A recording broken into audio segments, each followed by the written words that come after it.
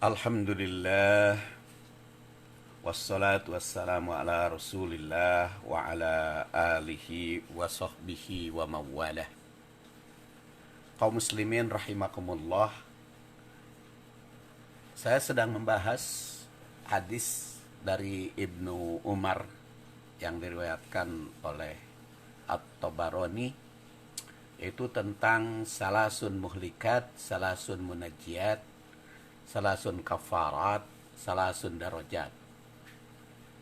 Adapun muhlikat, munajjiyat dan munajjiyat serta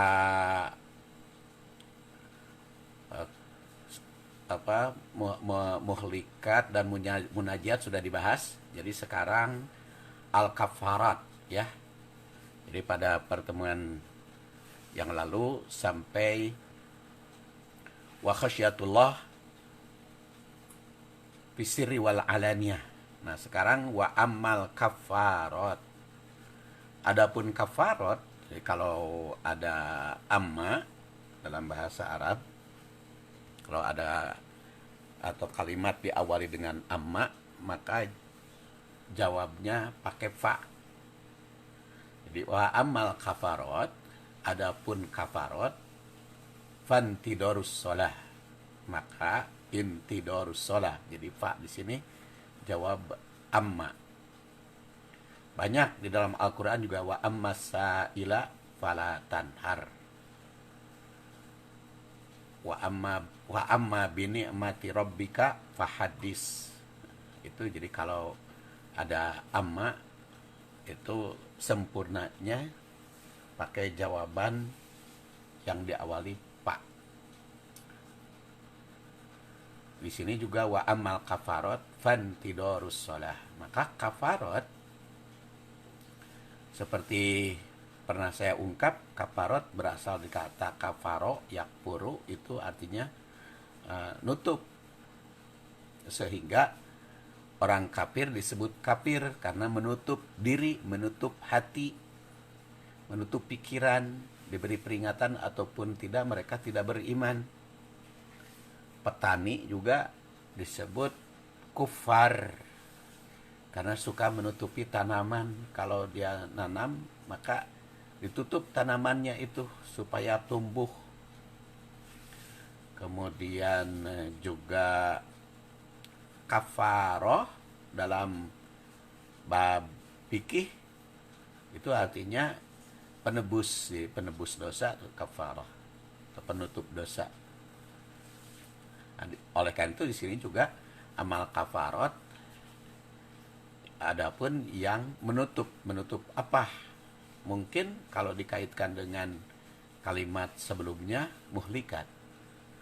Jadi menutup sesuatu yang mencelakakan supaya tidak terjerumus kepada kecelakaan, maka kita tutup dengan kafarat. Di samping kita melaksanakan yang munajjiyat. Jadi ada 3 kafarat itu.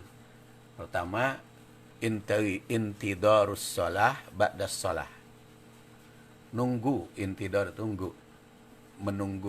Sholat setelah sholat. Jadi fantidarus sholah ba'das sholah, menunggu sholat setelah sholat. Mungkin bisa mempunyai makna nunggu sholat setelah sholat itu menunggu jamaah sholat yang diawali sholat terlebih dahulu. Bisa juga bermakna sholat yang dawam, yang selamanya, karena memanifestasikan ibadah sholat di luar sholat. Itu yang pertama, fantidorus sholah ba'das sholat.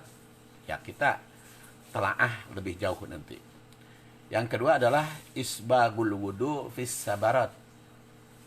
Menyempurnakan wudu ketika dingin. Kan kalau musim dingin males sempurna wudu. Untuk gosok-gosok juga nggak bisa terlalu lama kan karena kedinginan. Tapi justru ini menyempurnakannya. secara baik, memenuhi syarat dan rukun. Bisa juga senantiasa semangat di dalam bersuci. Jadi kesucian lahir dan batin selalu dipenuhi oleh kaum muslimin. Dan yang ketiga adalah naqlul aqdam ilal jamaah. Memaksakan atau melangkahkan aqdam, kaki, ila jamaah, kepada jamaah atau kepada berkelompok, berjamaah, silaturahim. Jadi langkah kaki ke jamaah bisa juga bermakna berjamaah, senantiasa bersosialisasi. Ya, kita lihat yang pertama, intidorus sholah ba'das sholat. Supaya kita bisa kafarat, menutup sesuatu yang membawa kepada celaka, supaya kita tidak tertutup, sehingga kita tidak terjerumus kepada kecelakaan. Maka langkah pertama, kita rajin intidorus sholah ba'das sholah. Dan penyarah hadis itu menyampaikan pendapat bahwa yang dimaksud dengan menunggu sholat setelah sholat itu minimal dua makna. Mana yang pertama, menunggu sholat fardu setelah melakukan sholat sunat. Jadi masuk masjid melakukan sholat sunat, jadi masuk masjidnya lebih awal. Masuk masjidnya masih ada waktu. Jadi kalau mau ke masjid tidak menunggu qomat atau tidak menunggu iqomah, tapi dia sudah datang ke masjid lebih dahulu. Yang karena datang ke masjid lebih dahulu, maka dia punya waktu untuk sholat sunat. Nah, setelah sholat sunat, berada di masjid itu sambil menunggu waktu sholat fardu tiba. Padahal dia sudah melakukan sholat sunat lebih awal. Itu makna yang pertama. Intidorus sholah ba'das sholat. Dan memang diriwayatkan dari Abi Qatadah, sahabat Rasulullah SAW, menerangkan, dakhaltul masjid, aku masuk masjid. Kata Abi Qatadah. Wa Rasulullah SAW jalis, yang saat itu Rasul SAW sedang duduk baina dohronain nas, di lingkungan, di banyak orang, depan atau berada di lingkungan banyak orang, banyak para sahabat. Karena Rasul sudah duduk berada di kalangan mereka, para sahabat sudah berada. Kalau fajalastu, maka aku pun masuk masjid langsung duduk. Faqala Rasulullah SAW, dan Rasul SAW bersabda, ma mana'aka antarka'a rok'atain. Apa yang mencegahmu sehingga tidak melakukan sholat 2 rakaat qabla an tajlisa, sebelum kamu duduk? Qala, dia berkata, fakultu, aku katakan, ya Rasulullah, wahai Rasul, ra'aituka jalisan, saya melihatmu sudah duduk, wan nasu julusun, dan orang-orang juga sudah duduk, dalam keadaan duduk. Jadi engkau sedang duduk dan manusia orang lain pun pada duduk, maka aku langsung duduk. Maka Rasul bersabda, fa'idha dakhala ahadukum, apabila salah seorang di antaramu masuk al-masjidah, ke masjid, fala yajlis, maka jangan langsung duduk, hatta yarka'a rok'atain, sehingga sholat dulu 2 rakaat. Nah, ini jadi nakbul intidorus sholah ba'das sholah. Jadi kalau menunggu waktu sholat itu masuk masjid, seharusnya jangan duduk-duduk, sholat dulu 2 rakaat. Dan ini berlaku juga apabila khotib Jumat, ya. kalau kita datang ke masjid, imam sedang berkhutbah, kita tidak boleh langsung duduk sebelum sholat dulu. Dan ini juga pernah Rasulullah SAW sedang berkhutbah, tiba-tiba ada seorang sahabat yang telat datang, dan si sahabat tersebut langsung duduk. Maka Rasul langsung bertanya, kamu berdiri, apa Anda belum sholat? Hal sholaita, apa Anda sudah sholat? Kata sahabat itu, la, belum ya Rasulullah. Maka Rasul langsung bertanya, kum, berdiri kamu, rokaatain, sholatlah 2 rakaat. Ya, sholat dulu 2 rakaat, baru duduk mendengarkan khutbah. Cuman ada persoalan ketika sholat Jumat itu. Apabila datang ke masjid ketika mau Jumatan, kemudian muadzin sedang adzan, rata-rata jamaah itu berdiri nungguan adzan selesai. Karena mungkin logikanya, kalau kita masuk masjid tidak boleh duduk langsung, melainkan harus sholat 2 rakaat terlebih dahulu.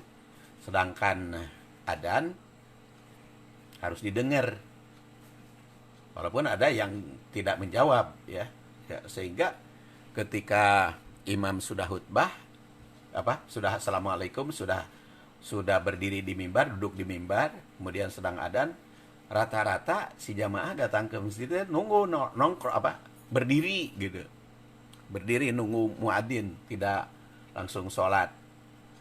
Nah, baru setelah muadzin selesai baru dia sholat, padahal nanti imamnya sudah mulai khutbah. Nah, padahal kalau kita perhatikan, mendengar khutbah itu kan wajib, ya. Sedangkan sholat yang datang juga harus. Tapi kalau dikaitkan dengan adzan, itu kan tidak menjadi rukun. Itu kan adzan itu tidak menjadi kewajiban untuk didengarkan karena perlu ada sholat. Makanya saya berpendapat, kalau datang ke masjid muadzin sedang beradzan, imam sudah nunggu di mimbar, maka tidak perlu ditunggu adzan selesai, langsung saja sholat 2 rakaat walaupun muadzin sedang adzan. Supaya apa? Supaya ketika imam berkhutbah, kita sudah memperhatikan, kita sudah siap untuk menerima khutbah tersebut. Jangan sampai imam berkhutbah kita tidak mendengar karena melaksanakan sholat. Beda lagi kalau datangnya muadzin sudah sholat, sudah selesai, kemudian imam sedang berkhutbah, itu mah tetap harus sholat walaupun telat. Dan memang mendengar khutbah Jumat itu kan suatu kewajiban, tidak boleh terganggu oleh apapun, kecuali oleh sholat yang belum sholat tadi. Kan masih banyak juga jamaah datang ke masjid setelah sholat ayo bersalaman lagi dengan jamaah lain, sehingga dia terganggu konsentrasi mendengar khotib. Begitu pula yang diajak salaman. Bahkan salaman itu tidak ada perintah. Yang ada perintah, kalau imam sudah khutbah, kita wajib mendengarkan. Kalau salaman kan tidak ada kewajiban. Oleh karena itu, begitu datang ke masjid, kita sholat, langsung duduk, dengarkan khutbah. Nggak usah salaman, nggak usah luak-liuk, apalagi kalau ngobrol. Apalagi ada yang chattingan. ya komunikasi dengan pihak lain, wah itu udah kacau sholat Jumatnya. Ya, pertama, inti darus sholah ba'da sholahnya nggak masuk karena telat datang, karena sudah khotib sudah berkhutbah.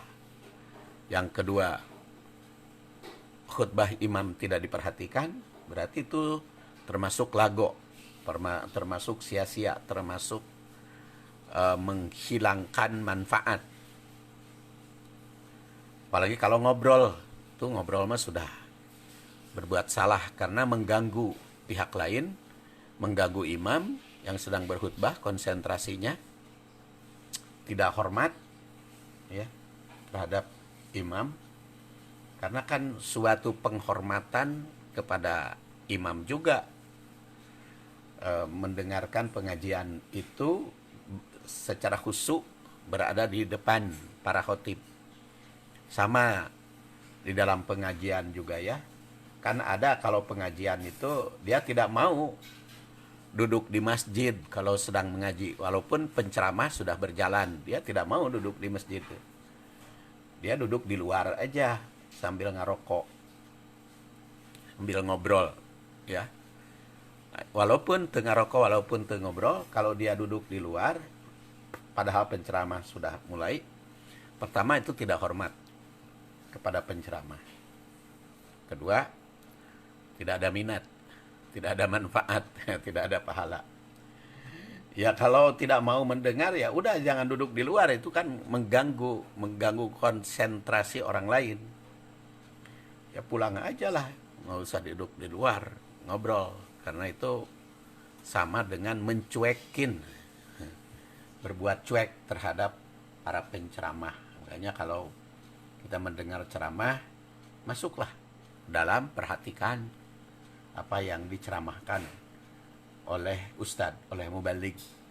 Kalau kita tidak bersedia, kalau tidak setuju, udah jangan hadir saja. Karena kalau hadir di luar, apalagi sambil ngobrol, itu sama dengan tidak hormat atau tidak menghormati para ustadz, para mubaligh tersebut. Jadi ini juga sudah tersirat ya makna intidorus sholah ba'da sholah. Jadi nunggu sholat diawali dengan sholat. Sholatnya apa? Tidak disebut. Sholat apa saja. Pokoknya kalau kita masuk masjid, jangan dulu duduk langsung sebelum sholat 2 rakaat. Ya kalau duhur, bisa qobla duhur. Begitu pula subuh ya, qobla subuh atau qobla al-fajr. Tetapi kalau maghrib tidak disebut. Tapi karena dia sebelum maghrib, sambil nunggu imam datang, masih ada waktu. Makanya sekarang kan masjid-masjid itu ada kodenya untuk qomat ya. Jadi dari adzan ke qomat itu ada aba-aba. Dan ini juga perlu ditekankan kepada para muadzin. Qomat itu tidak perlu jamaah selesai nungguan, jamaah selesai. Jadi sesuai dengan waktu yang telah disepakati aja. Jadi antara adzan ke qomat itu berapa menit? Kalau 10 menit ya 10 menit. Apakah di dalam masjid itu ada yang sholat, masih sholat atau tidak? Karena kalau nunggu-menunggu, ya mungkin kalau di masjid kecil mah bisa nunggulah 1 orang 2 orang. Coba kalau masjidnya Masjid Istiqomah namanya, Bandung, atau Masjid Agung, atau masjid-masjid besar, kalau ditungguan jol-jol. Apalagi kalau Masjidil Haram. Makanya Masjidil Haram tuh kalau sudah waktu langsung saja qomat, tidak usah nunggu selesai. Dan inti darus sholah ba'da sholah, tentu saja orangnya datang lebih awal ke situ, sehingga dia punya kesempatan untuk sholat sebelum melaksanakan sholat. Itu pengertian yang pertama, diawali sholat sunat sebelum sholat yang fardu. Pengertian yang kedua, tentu bermakna memanifestasikan sholat di luar sholat, sehingga ibadah tersebut berkesinambungan. Jadi dari sholat ke sholat itu dilaksanakan, dipenuhi syarat dan ketentuan-ketentuannya. Kan sholat itu sebetulnya banyak bersambungan ya. Makanya kita mulai dari bangun waktu subuh. Nah, sudah waktu subuh kan kita melaksanakan sholat qobla subuh atau qobla fajar atau sholat fajar. Kalau di Masjidil Haram, di Masjid Nabawi mah tidak ada sholat subuh ya istilahnya. Tapi sholatul fajri, kalau kita lihat jadwal sholat di Masjidil Haram, di Masjid Nabawi tidak ada sholat subuh, yang ada sholatul fajri, fajar. Makanya sholat fajar teh sholat subuh teh. Kalau sholat sunat fajar ya sholat sunat subuh teh. Itu mulai dari sholat fajar atau sholat subuh. Kita selesai sholat subuh, nunggu nanti waktu kita kegiatan apa silahkan. Bagusnya memang setelah sholat subuh itu ditahan ya, tidak tertidur. Kemudian terbit matahari, kita bisa melaksanakan sholat setelah terbit matahari. Juga itu dinamakan sholat isyraq karena matahari telah terbit. Kadang-kadang juga disebut sholat duha karena itu waktu duha, waktu carang-cang tihang ya. Jadi waktu duha. Kalau orang Sunda mah carang-cang tihang. Itu waktu duha. Atau juga disebut awabin karena dalam kesibukan selang dulu untuk sholat. Nah, sehingga sholat duha itu kadang-kadang oleh Rasul disebut sholat isyraq, kadang-kadang disebut oleh Rasul sholat awabin. Walaupun kenyataannya di masyarakat ada yang membeda-bedakan sholat isyraq, sholat duha, sholat awabin. Padahal sebetulnya kalau kita telaah hadis itu sama, isyraq, awabin, dan duha itu. Makanya kalau saya membahas atau menulis fikih itu fikih Quran dan hadis. Jadi kita telaah Qurannya, kita telaah hadisnya, baru kita pahami. Khusus dalam fikih ibadah ya insya Allah mungkin di lain kesempatan akan saya bahas fikih itu. Jadi selain fikih jinayat, saya bahas juga fikih ibadatnya, fikih muamalatnya, fikih munakahatnya melalui YouTube dalam kesempatan yang lain kan saya bahas secara khusus ya. Nah, jadi kembali lagi tadi intidorus sholah ba'da sholah bisa bermakna sholat diawali dengan sholat sunat, nunggu sholat fardu, bisa juga memanifestasikan ibadah sholat di luar sholat. Jadi dari sholat ke sholat tuh bersambungan maknanya. Jadi setelah terbit matahari nyambung kepada sholat duha, awabin atau isyraq. Kemudian nanti nyambung lagi sholat duhur yang diawali juga kalau datang ke masjid lebih awal kita bisa sholat qobla sholat. Nanti ada kegiatan lagi karena setelah selesai sholat ya tugas harus dilaksanakan juga. Jangan terlalu lama berada di masjid sehingga kegiatan yang lain tertinggal. Nanti asar sholat lagi. Setelah asar nanti kegiatan lagi maghrib, tiba lagi waktu sholatnya. Setelah maghrib nanti nunggu waktu isya, datang lagi sholat lagi. Setelah waktu isya kemudian malam kan tahajud atau qiyamul lail. Jadi sambung menyambung. Nah, antara sholat ke sholat itu kalau dimanifestasikan maknanya, maka itu intidorus sholah ba'das sholah. Sholat bukan hanya mempunyai nilai secara ritual, tapi juga bernilai sosial. Bukan hanya gerakan jasmani, tapi juga gerakan rohani. Bukan hanya ibadah fisik, tapi juga ibadah psikis. Kesemua hikmah tersebut akan mudah dirasakan oleh orang yang menegakkannya secara sempurna dan berkesinambungan. Jadi memang kalau sholat itu dipenuhi sesuai dengan waktu, itu akan terasa jasmani dan rohani itu ada istirahatnya.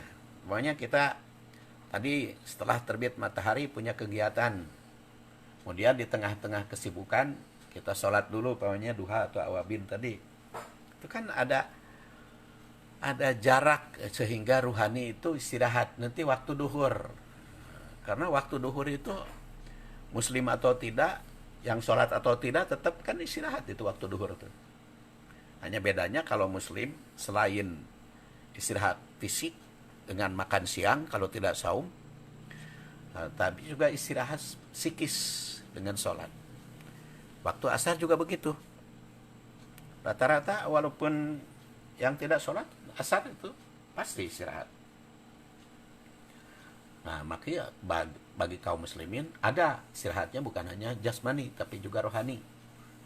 Begitu pula nanti setelah asar, maghrib, sholat lagi. Jadi itu semuanya kalau dipraktekkan sesuai waktu, kita ada istirahatnya kegiatan itu. Baik kita sedang sibuk, apakah di kantor, depan komputer, atau di mobil, nyupir, setiap waktu sholat kita berhenti, itu ada ada perubahan situasi dan kondisi. Itu memang kalau dipraktekkan di dalam kehidupan, waktu-waktu sholat itu diterapkan, dilaksanakan, itu ada waktu istirahat pasti bagi jasmani rohani. Makanya di dalam surat Al-Ma'arij dikatakan innal insana khuliqa halu'a. Manusia itu punya tabiat halu. Bagaimana halu itu? Kikir dan keluh kesah. Itu idza masau syarru jazu'a. Kalau dia terkena syar, kesulitan, kekurangan, apa kesusahan, jazu'a, keluh kesah. Wa idza masaul khairu, apabila dia mendapatkan kebaikan, apabila kebaikan menimpa dia, manu'a, kikir. Illal musallin, kecuali yang sholat. Jadi kalau orang sholat mah bebas halu'a, bebas jaju'a, bebas manu'a. Yaitu seperti apa sholatnya? Alladzina hum ala sholatihim daimun. Yaitu orang yang dawam sholatnya. Dawam itu pertama secara ritualnya, setiap saat dia penuhi, dia laksanakan, itu secara ritualnya dilaksanakan. Dan dawam yang kedua adalah memanifestasikan ibadah sholat di dalam segala aspek kehidupan. Jadi kalau di dalam sholat Allahu Akbar, nah di luar sholat juga Allah yang maha besar. Kalau di dalam sholat itu iyyaka na'budu wa iyyaka nasta'in, nah di luar sholat juga hanya beribadah kepada Allah, minta pertolongan kepada Allah. Kalau di dalam sholat ihdinas shiratal mustaqim, petunjuknya dari Allah, maka di luar sholat juga begitu. Jadi apapun yang dipraktekkan dalam sholat, dipraktekkan juga dalam segala aspek kehidupan. Nah itu adalah sholat daim. Dan kalau sholat daim itu akan terbebas dari halu'a, akan terbebas dari jaju'a dan manu'a. Jadi penyakit batin itu bisa disembuhkan dengan sholat. Tapi penyakit batin disembuhkan sholatnya itu dengan cara memanifestasikan ibadah sholat di luar sholat. Saya kira untuk saat ini dianggap cukup. Kita bersambung bagian keduanya, isbagul wudu fis sabarat, pada pertemuan berikutnya. Subhanakallahumma wa bihamdik, asyhadu an la ilaha illa anta, astaghfiruka wa atubu ilaik. Wassalamualaikum warahmatullahi wabarakatuh.